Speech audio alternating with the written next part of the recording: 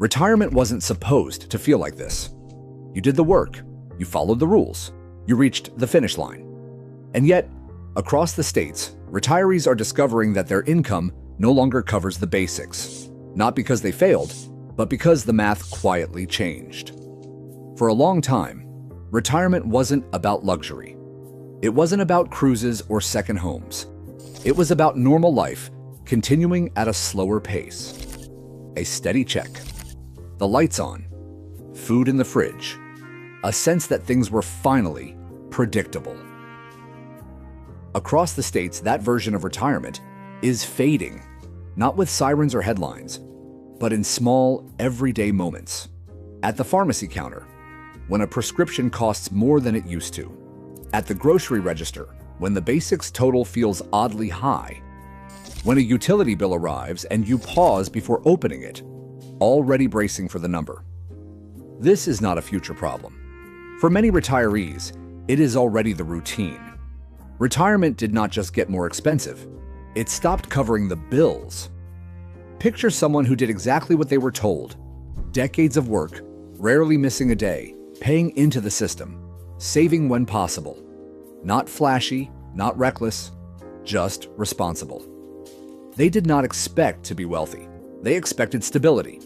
But stability now comes with a price tag that keeps moving. And when your income is fixed, a moving price tag is not just frustrating, it is dangerous.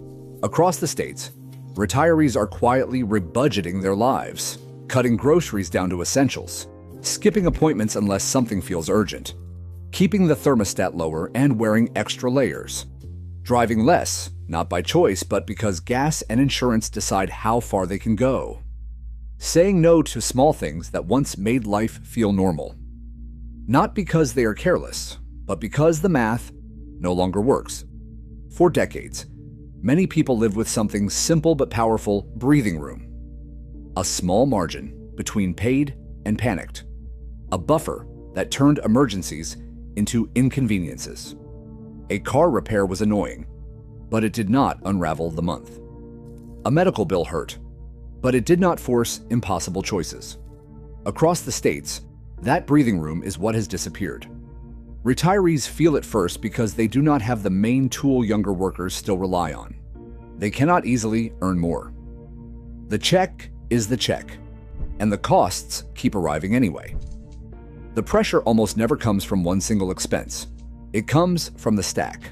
Housing comes first, mortgage or rent, property taxes, insurance, repairs that do not wait for permission. Then healthcare, premiums, prescriptions, copays, dental, vision, hearing, and surprise bills that appear even when you are insured. Then car insurance, home insurance, utilities, phone, internet. None of these are luxuries anymore. They are requirements for everyday life. Retirement was built for a world where these basics did not rise like this. What makes this so exhausting is that it does not feel like one big crisis. It feels like constant, small humiliations. Buying the same items for more. Promising yourself you will catch up next month. Realizing you are not saving anymore. You are managing decline. If you are finding this kind of video useful, it genuinely helps when you subscribe. We are trying to keep telling these quiet, everyday stories across the states, and your support really does matter. What changed underneath all of this was not just prices. Retirement itself changed. A generation ago, far more workers had pensions that lasted for life. You worked long enough, and a predictable check arrived every month. The risk was shared. Companies carried responsibility.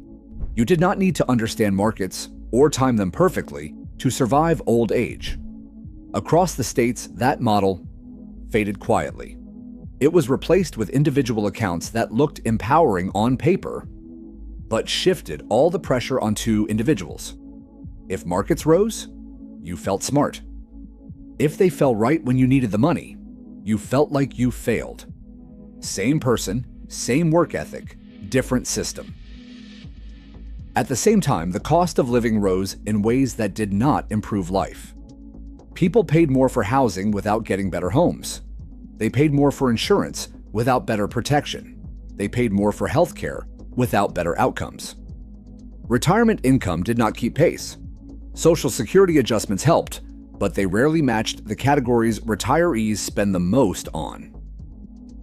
That's why this feels sudden, even though it built slowly. Once the monthly check no longer covers the month, the feeling changes. You stop being retired. You start managing shortages.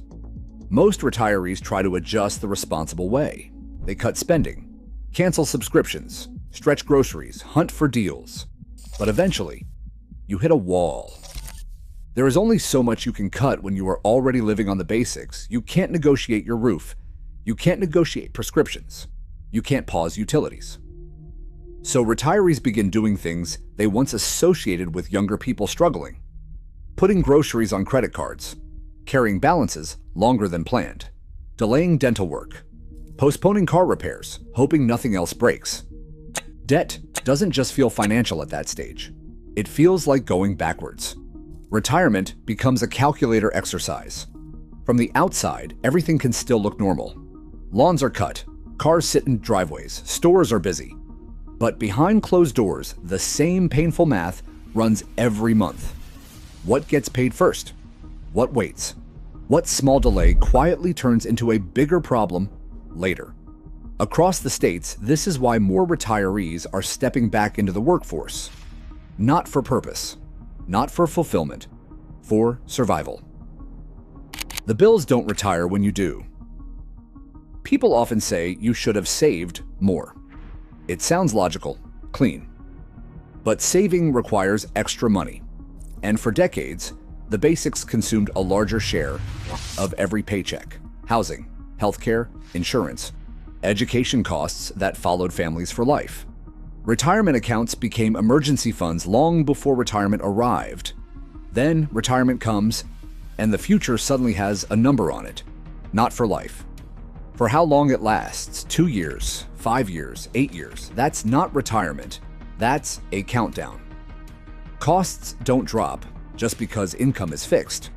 Inflation slowing doesn't reset prices. Retirees don't live on percentages, they live on totals. Once prices rise and settle higher, they stay there. The pressure becomes permanent, not temporary. Across the states, retirement has turned into a balancing act, a management job, and for many, a quiet grief. They didn't expect extravagance. They expected peace. And now even a simple life requires constant vigilance. This shift changes communities. Local businesses feel it. Families feel it. Younger generations watch their parents struggle and quietly wonder what their own future will look like. The real danger isn't tighter budgets. Americans have done that before. It's the fading belief in a fair finish line. Here's the quiet conclusion. Retirement was never meant to be luxurious. It was meant to be stable. Across the states, retirees are learning that the problem isn't irresponsibility. It's that everyday costs rose faster than fixed incomes can follow. If this feels familiar, you're not alone. And if you're watching this for someone you love, understand this is rarely one bad decision. It's 1,000 small increases that finally piled up. The bills didn't get dramatic. They just got heavier, and they kept arriving. Thanks for spending your time with me today. If you'd like to keep exploring how everyday life and the economy have changed over the years, you're welcome to subscribe. If this story felt familiar, let me know in the comments what part of retirement has become hardest to manage where you live. Until the next video, take care.